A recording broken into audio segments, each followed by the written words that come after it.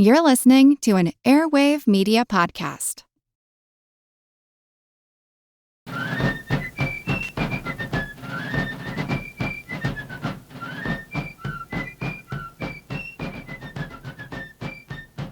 Hello, and thank you for joining the American Revolution. Today, episode 79, The Battle of Quebec.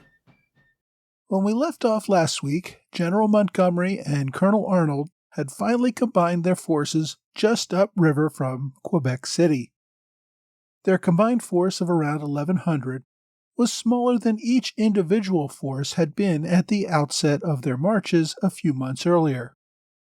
Disease and illness related to exposure were big reasons for the loss of men. Many of their forces had simply given up and gone home. Montgomery lost about half of his remaining army after he took Montreal. Arnold had lost about one-third of his force when one of his brigades had given up in the wilderness and simply turned around and went back to Boston. Even worse, most of the men who had held out this long looked forward to the end of the year when their enlistments ended and they too could go home. In less than a month, the army might dissolve away without a shot being fired. They could not count on Washington to send more reinforcements. He was facing his own end-of-the-year deadline when the Continental Army around Boston turned into a group of 15,000 civilians. Montgomery and Arnold, though, were not men who would sit around long, especially when there was a looming deadline.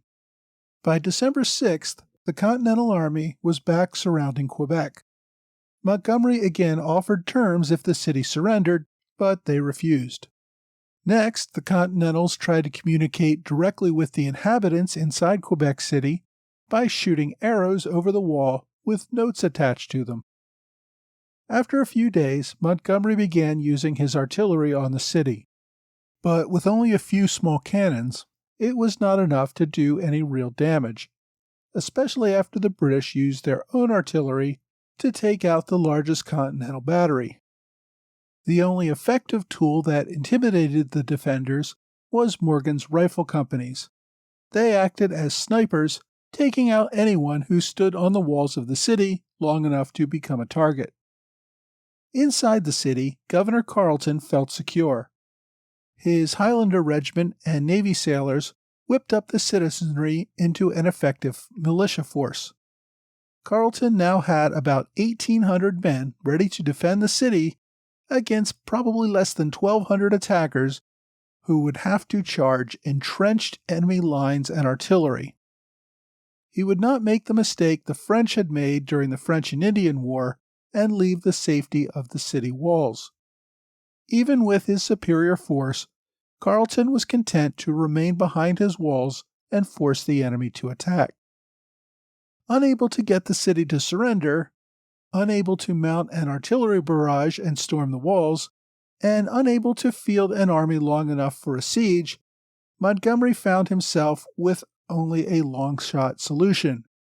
Wait for a stormy night when the enemy was not ready, and then storm the walls with scaling ladders and take the city. Knowing they had to make an attack before the end of the month, Montgomery and Arnold waited for a stormy night, hoping it would give them enough cover to get over the walls and into the city. After a few tense days of waiting, a heavy snow began to fall on December 27th. As the army prepared to attack, the snow suddenly stopped. After conferring with his officers, Montgomery called off the assault. That was actually a good decision. A Continental deserter had alerted the defenders to the planned attack. They were ready and waiting. After Montgomery saw reinforcements on the wall right where he planned to attack, he knew he had to change his plan. Quebec City consisted of two parts. The upper town on the west side faced the Plains of Abraham. This was where any large army would have to attack. Therefore, the defenders had their highest walls and most of their artillery in this section. Behind Upper Town was the Lower Town. That's where most of the civilian population lived. This area had walls, not quite as high as those in Upper Town, but most of Lower Town was surrounded by the St. Lawrence and St. Charles rivers. there was no room to put a large military force on the narrow strip of land between the walls and the rivers. General Montgomery had originally planned a direct assault from the Plains of Abraham against the upper town. After calling off the December 27th attack, Montgomery decided he would only send a small force against the upper town as a feint. While less than 200 men launched a cannon and rocket attack against the main gate, Arnold would take a force to the north, moving along the wall and attack the lower town from the north side. Montgomery would move along the southern wall and attack the lower town from the south side. If all went as planned, the forces would meet in the middle and then slowly work their way through town, past a series of barricades, until they reached the upper town. From there, the combined force could either storm the upper town walls or compel a surrender. Finally, on the night of December 30th, another storm rolled in. Montgomery put his plan in motion at around 5 a.m. on the morning of December 31st. As Arnold and Montgomery both moved into position, the diversion force launched an assault against the main gate on the western side of the city. They hoped to set the gates on fire, diverting attention from the main attacks on the other side of town. They also launched rockets against the main gates. The rockets were not only an attempt to divert the enemy's attention, they were a signal for Arnold and Montgomery to both begin their attacks at the same time. General Montgomery led his men along a rocky and narrow path along the south side of the city. They reached the outer barricades and found them unmanned. They moved across the field towards the first buildings, where they found the defenders. The British had established a line of defense using sailors and militia to occupy several houses with both muskets and cannon containing grape shot. A grape shot essentially turns a cannon into a giant shotgun, scattering dozens of metal balls all over a field of fire. It's designed to take out an entire line of soldiers. Montgomery led the advance force directly against the enemy line. The defenders held their fire until Montgomery and his men were within 50 yards of their lines, then opened fire all at once with devastating effects. Most of the attackers fell to the ground dead or wounded. General Montgomery, who had been out in front leading the charge, was hit in at least 3 places and died instantly. The first Continental Army general to give his life. Montgomery would become a hero to the Patriot cause, lauded for his bravery and sacrifice. He would never learn that the Continental Congress had already promoted him to Major General weeks earlier.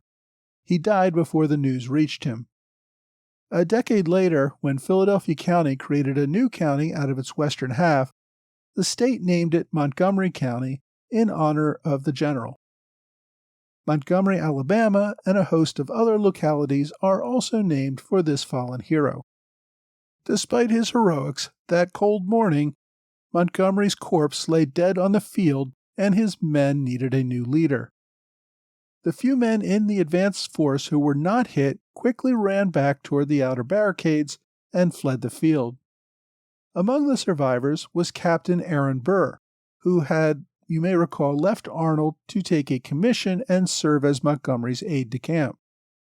With Montgomery dead, command of the southern attack fell to Lieutenant Colonel Donald Campbell, who was bringing up a second line of attackers. Now, had Campbell renewed the attack, he might have succeeded. The militia defending against the southern assault were ready to run away. Their regular officers had to keep them on the lines at gunpoint. A second charge might have been enough to chase them away. Then again, a second attack might have to suffer a second deadly volley like the one that took out General Montgomery. Campbell decided not to take the gamble, turned his men around, and retreated back the same narrow trail that they had taken to get there. The southern assault was over. At the same time General Montgomery was moving along the south side of the city to begin his attack, Colonel Arnold was moving his force along a similar narrow path on the north side of the city, following the bank of the St. Charles River. Arnold led the column, which initially escaped notice of the defenders. However, after part of the force had passed by a section of the wall, the defenders noticed the attackers slipping by and opened fire. The defenders killed a few Continentals who continued to rush past, but now the element of surprise was gone. Arnold had brought with him a small field cannon to use against the enemy in his main assault. He hoped to blast at the enemy while Captain Morgan and his riflemen slipped around the side where they could open up a second line of fire.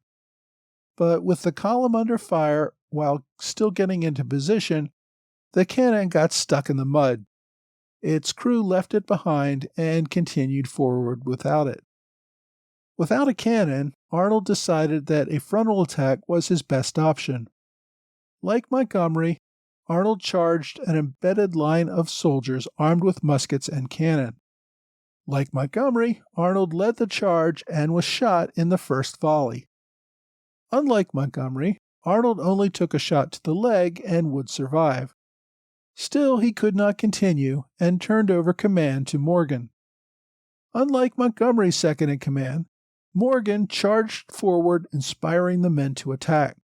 He led the assault, with his attackers scaling ladders up a wall in the face of enemy fire. They scattered the defenders and took about 100 prisoners. As the Patriots swarmed into the streets of the lower town, they saw a second barricade unmanned and open, leading into the upper town. Morgan attempted to advance his men toward the barricade, but they would not go. Only a dozen of them had advanced past the first barricade. The rest said they needed to wait for a larger force before simply running into a part of town that probably contained over 1,000 defenders. Reinforcements were on the way, but seemed to be getting lost on the docks and in the streets of Quebec. Remember, it was still night, in the middle of a snowstorm, and in an unfamiliar town. Before Morgan could get a large enough force, the British defenders in Upper Town sent 30 Highlanders to put some backbone into the 200 militia who were supposed to be defending the second barricade. Morgan's attackers now found themselves stuck in street fighting, with defenders picking them off from the upper floors of houses as they marched through the streets. The defenders quickly realized that the attack on the main gate had been a feint, and that Montgomery's attack from the south was over. They could focus their attention on Morgan's soldiers, now scattered all over Lower Town. The defenders circled around and recaptured the first barricade that Morgan's men had already taken. Now the Patriots were caught in the city between the first and second barricades with nowhere to go. House-to-house fighting continued for hours as soldiers began to take refuge inside the houses. As morning broke, the Patriots found themselves trapped, outnumbered, and running out of ammunition. Morgan tried to order a retreat, but most of the men refused to leave the safety of the houses. If they did, they would have to run a gauntlet of fire down the street, only to face a wall of defenders to break out of the city walls again. As it was now daylight, and a few hundred Patriots trapped in the city were surrounded by much larger numbers of mostly sailors and militia, eventually almost all of them surrendered, except for Morgan himself. The British trapped Morgan inside a house and surrounded him in a back room. He refused to give up, though, slashing his sword at anyone who would come near him.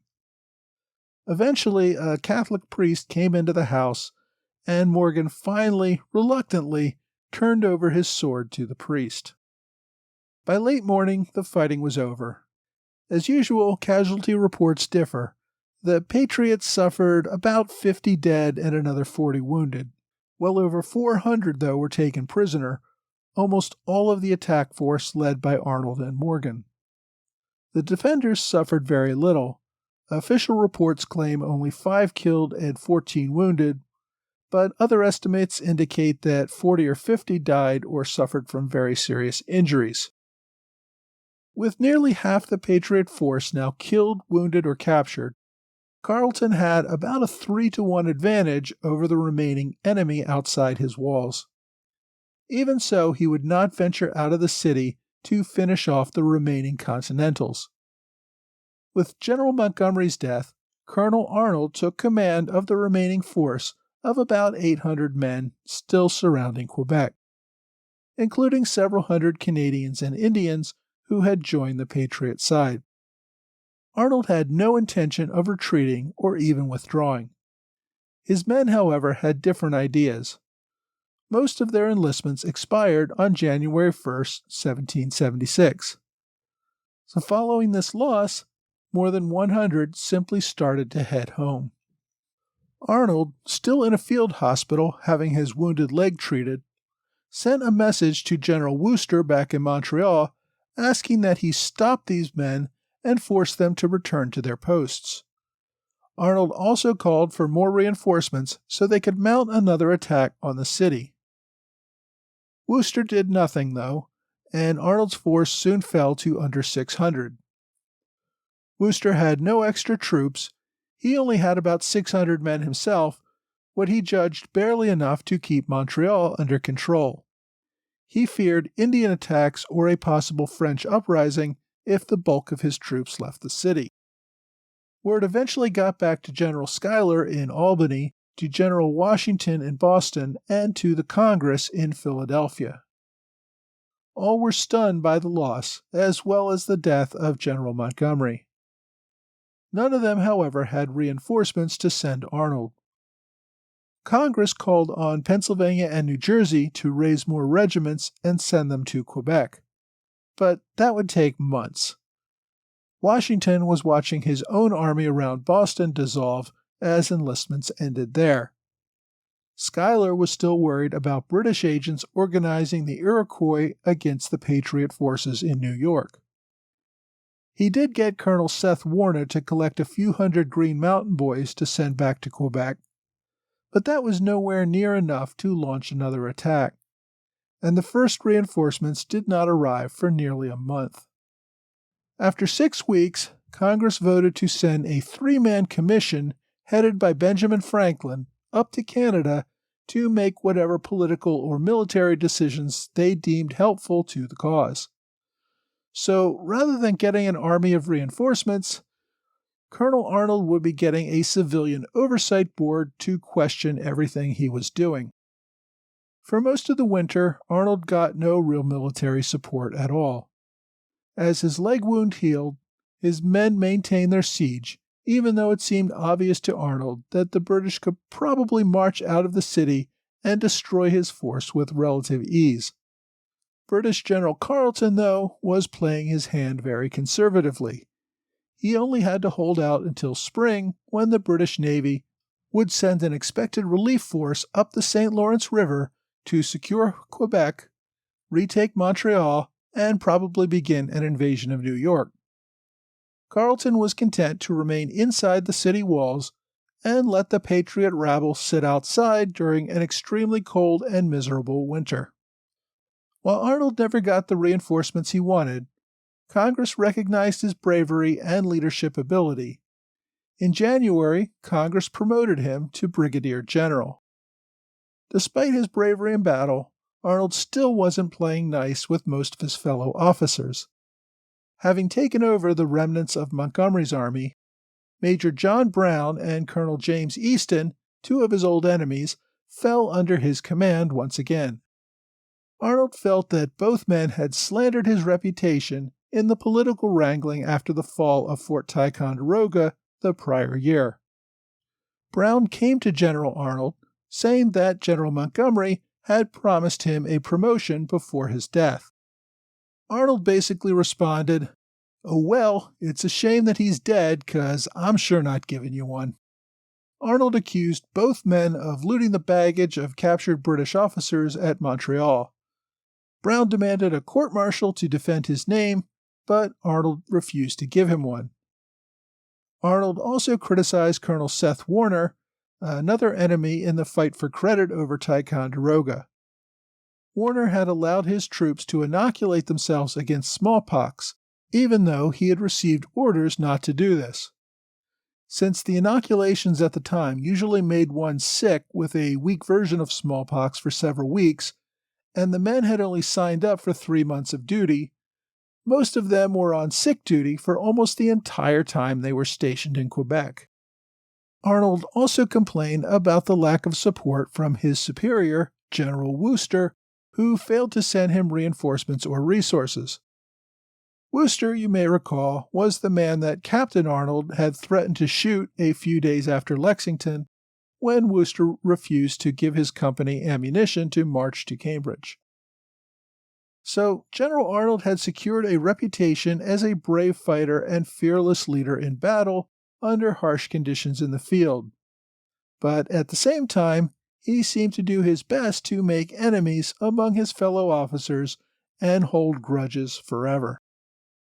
Next week, at the same time Montgomery and Arnold were trying to take Quebec, a young bookstore owner named Henry Knox brings an artillery cache from Fort Ticonderoga back to Boston.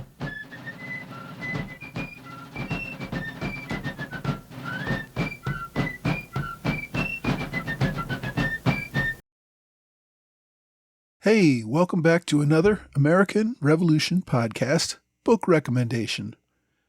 I wanted to take a moment today to thank everyone who follows me on Twitter. I use the handle @AmRevPodcast. If you use Twitter and don't already follow me, please do. I usually only tweet about new episodes and a few other American Revolution-related topics, usually no more than once a day, so don't worry about me overloading your Twitter feed. I will also sometimes recommend other podcasts or other historical books or resources. I try to avoid drifting into discussions of modern politics or other issues unrelated to the Revolution, or at least to history generally. If you do follow me, it would be a help if you retweet me to your followers to help get the word out about the American Revolution podcast. All right, today's episode covered the American attack on Quebec at the end of 1775. Even though it really seemed like a doomed assault from the beginning, I'm really amazed at how close it came to succeeding. If General Montgomery had not died in the initial assault, or if his second-in-command had a little more daring, the two prongs of the attack might have been enough to actually take the city. But it was not to be, and the attack became a failure. I did suggest at one point that if it had succeeded, Canada might today be part of the United States, and that certainly is a possibility. But even if it had succeeded, when the British sent a new army of thousands of reinforcements the next spring, it's unlikely the city would have held anyway. So alternative histories are fun to consider, but given how many variables there are, there's really no way to tell how things would have changed. This event, however, was really one of those pivotal moments, and in this case really went against the Americans. I've already recommended a number of books about the war in Canada, but I'm going to go with another one today. The Battle for the 14th Colony, America's War of Liberation in Canada, 1774 to 1776, by Mark Anderson. Several of my earlier book recommendations cover only portions of the Quebec campaign. Anderson's book, which was first published in 2013, is a little broader.